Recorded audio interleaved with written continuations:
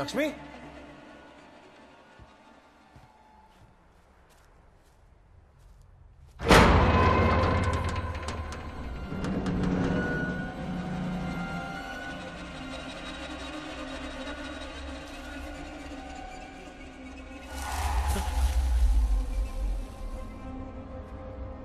ఎవరు ఎవరక్కడ?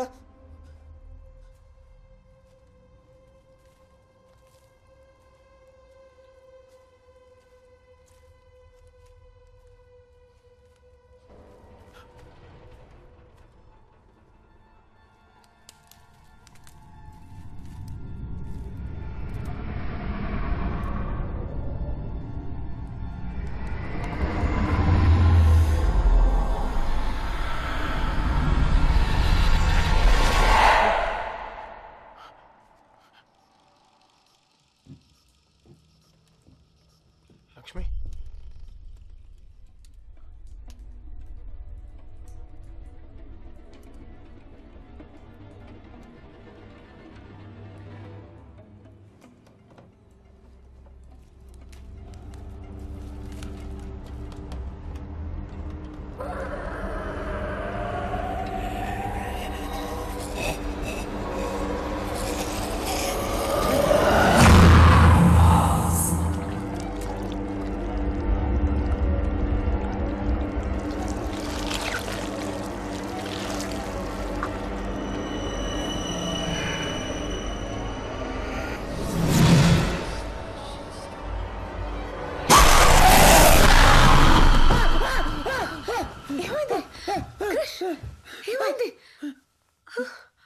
ఏమైంది?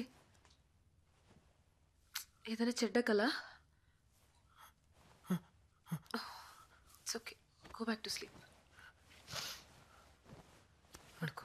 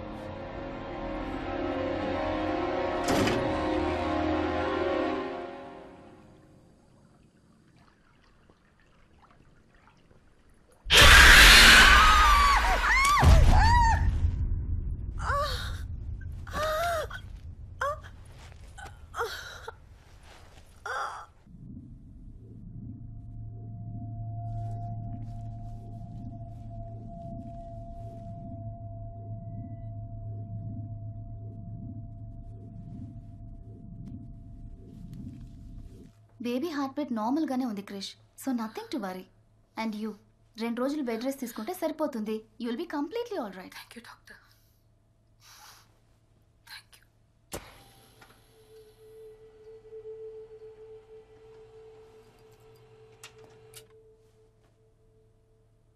వాళ్ళ ఇంట్లో ఏదో ఉంది క్రిష్, మనం ఇల్లు వదిలి వెళ్ళిపోదాం. అది వాళ్ళ ఇల్లు, మనందుకు ఇల్లు వదిలిపోవాలి? నిన్నెవరో వాటర్ ట్యాంక్ మీదకి వెళ్ళమన్నారు, జారి పడ్డావు. It was an accident. దానికి పాలెంట్లో జరిగేదానికి ఏ సంబంధం లేదు లక్ష్మి. లేదు, నేను జారి పడలేదు. పైకి ఎక్కినప్పుడు చిన్నపిల్ల ఉన్నట్టుండి వచ్చింది. దాన్ని చూసి భయపడి పడ్డాను. పక్కింట్లో ఉన్న దయ్యం మన ఇంట్లోకి వచ్చింది. Krish, calling doctor Krish, calling doctor Krish, doctor Krish to the OT. I have to go. నువ్వు రెస్ట్ తీసుకో.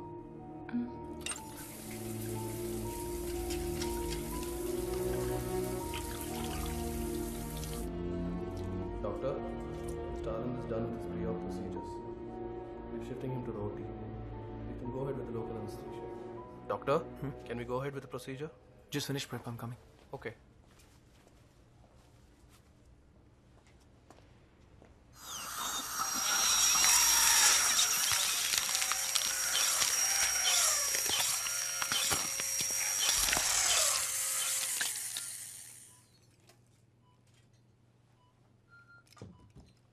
This is a very different procedure. ఈ సర్జరీ జరిగేటప్పుడు మీరు నాతో మాట్లాడవచ్చు, డాక్టర్ శేఖర్తో మాట్లాడవచ్చు. Shall we begin? ఇప్పుడు ఎలక్ట్రోడ్స్ని మీ బ్రెయిన్లో ఇన్సర్ట్ చేయబోతున్నాను. ఓ లైట్ సెన్సేషన్ ఉంటుంది, పెద్దగా నొప్పి ఉండదు. ఈ ఎలక్ట్రోడ్స్ లోపలికి వెళ్ళగానే మీ హ్యాండ్స్ షివరింగ్ని మీరు ఆపాలి. ఈ డీప్ బ్రెయిన్ స్టిమ్యులేషన్ గురించి నేను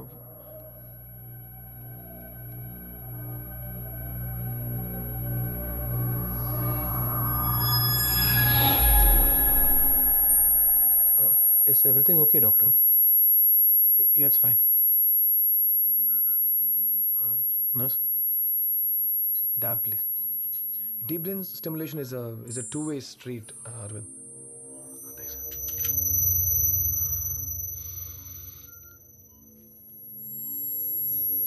Again, concentrate, Arvind. ఇందులో నేను ఎంత ఎఫర్ట్ పెడుతున్నానో మీరు అంతే పెట్టాలి. You have to stop the shivering. Are you sure you're okay, doctor? I know what I'm doing, Shekhar. Please go and stand there. You're here to observe.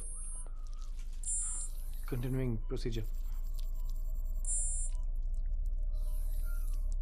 మీ హ్యాండ్స్ని స్టడీగా ఉంచండి, Arvind.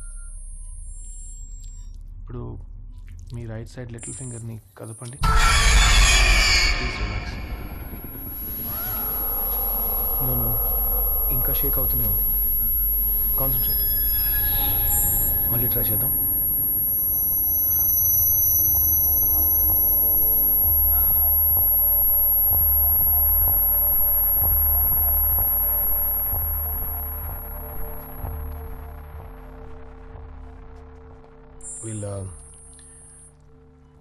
We'll try proceeding now, inserting the electrode.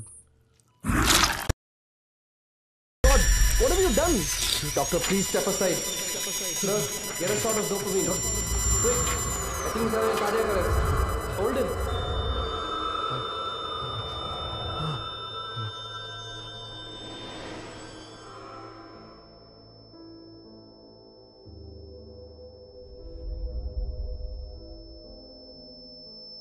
మీరు ఈ హాస్పిటల్కి చేసిందంతా నేను మర్చిపోయానని అనుకోదు Krishna Kumar. I understand, మీకు మనసు బాగాలేదు. I know that. అలాంటప్పుడు మీ రోటీలోకి అసలు వెళ్లకుండా ఉండాల్సింది. గుడ్, మంచిది. పేషెంట్ ప్రాణాలతో ఉన్నాడు. లేదంటే I'm sorry doctor, I'm going to have to suspend you. Treat it as a break. మీ వైఫ్ని చూసుకోండి.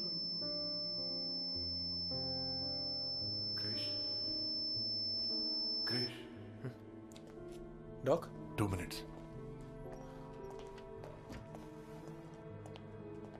చాలా ఏళ్లకు ముందు పాల్ ఇంట్లో ఏదో జరిగింది. అది ఏంటో తెలుసుకోవడానికి పక్కనే ఉన్న విలేజ్కి బయలుదేరుతున్నాను. నేను వస్తాను. లక్ష్మి? తను ఇప్పుడు రెస్ట్ తీసుకుంటే సరిపోతుంది. నర్స్ చూసుకుంటారు. ఏం జరుగుతుందనేది నాకు తెలియాలి. ఇలా ఊరికే చూస్తూ ఉండలేను. సరే, నేను కింద వెయిట్ చేస్తాను.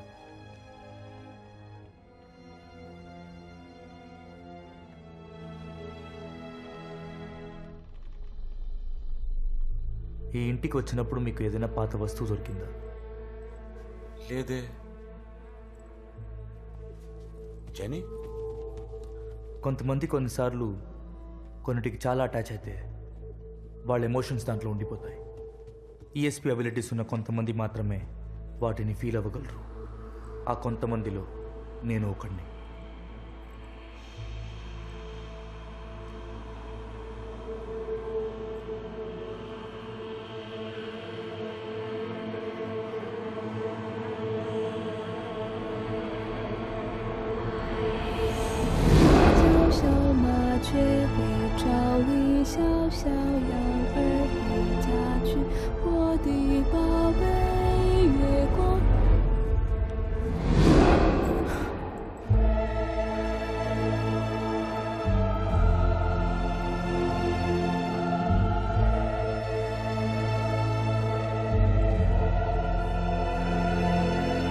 ఈ దువ్వెన నీకు ఎక్కడ దొరికింది?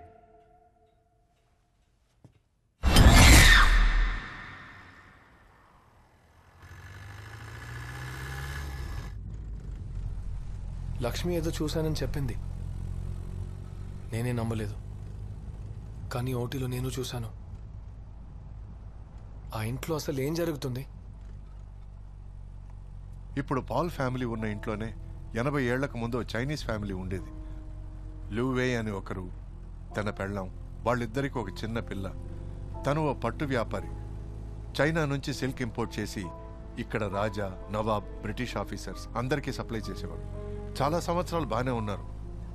కానీ ఉన్నట్టుండి ఆ ఇంట్లో ఆ ముగ్గురి జీవం లేని శవాలు దొరికాయి. వాట్? ఎలా చనిపోయారు? ఏమైందో తెలీదు. కానీ పోలీస్ రికార్డ్స్ చదివి అక్కడ విచారించినప్పుడు ఒకే ఒక చిన్న అమ్మాయి ఐ విట్నెస్గా ఉందని తెలిసింది. భయంతో అప్పుడు ఆ పిల్ల ఏమీ మాట్లాడకుండా ఉండిపోయింది. ఆమెను కలవడానికే మనం ఇప్పుడు వెళుతున్నాం. అప్పుడే ఏం మాట్లాడకపోతే ఇన్నేళ్ళ తర్వాత ఏదైనా చెప్తారా? I don't know. బట్ ఒక విషయం మాత్రం I'm damn sure. Paul family ఫ్యూచర్కి ఆ పిల్ల పాస్ట్ చాలా ముఖ్యం. కాస్త తొందరగా వెళదామా?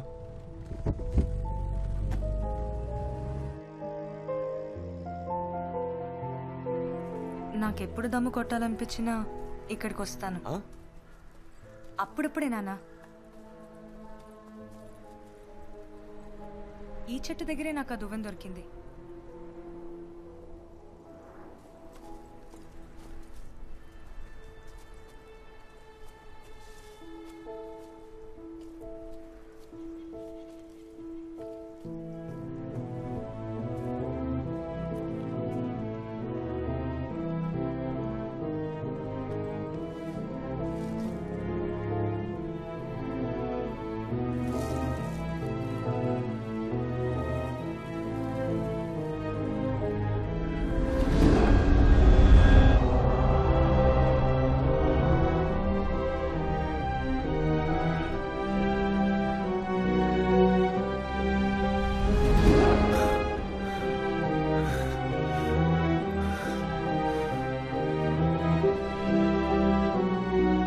ఇక్కడ తవ్వి చూడాలి.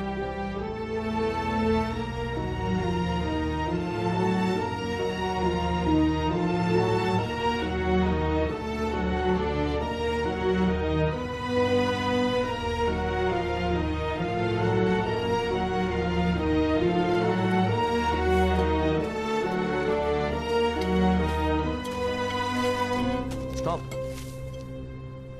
బయటికి వెళ్ళండి.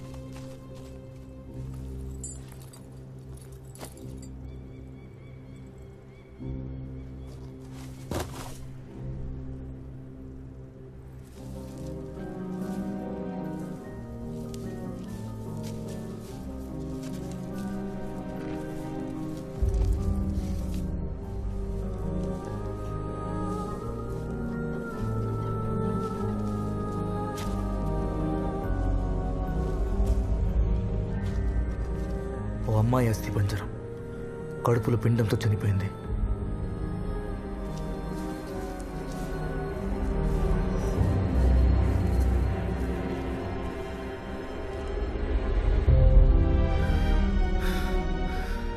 ఇంకొకటి చిన్న పిల్లది మెడ విరిగి చనిపోయింది.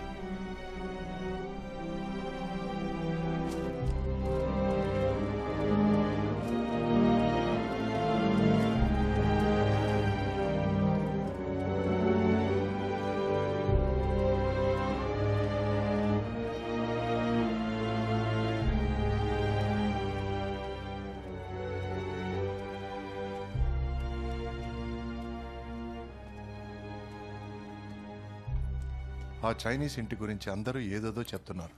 కానీ మీరు చెప్పబోయే నిజంతోనే ఇప్పుడు అక్కడ ఉంటున్న ఫ్యామిలీని కాపాడడం సాధ్యమవుతుంది. మీకేం గుర్తున్నా చెప్పండి ప్లీజ్.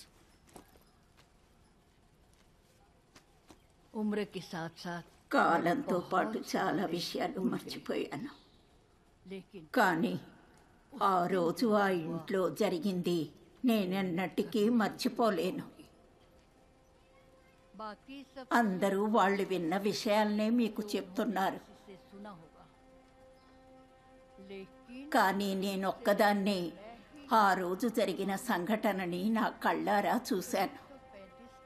1935 సంవత్సరం. అప్పటికి నాకు 8 ఏళ్ళు ఉంటాయి. పక్కింట్లో ఒక అందమైన పూల చెట్టు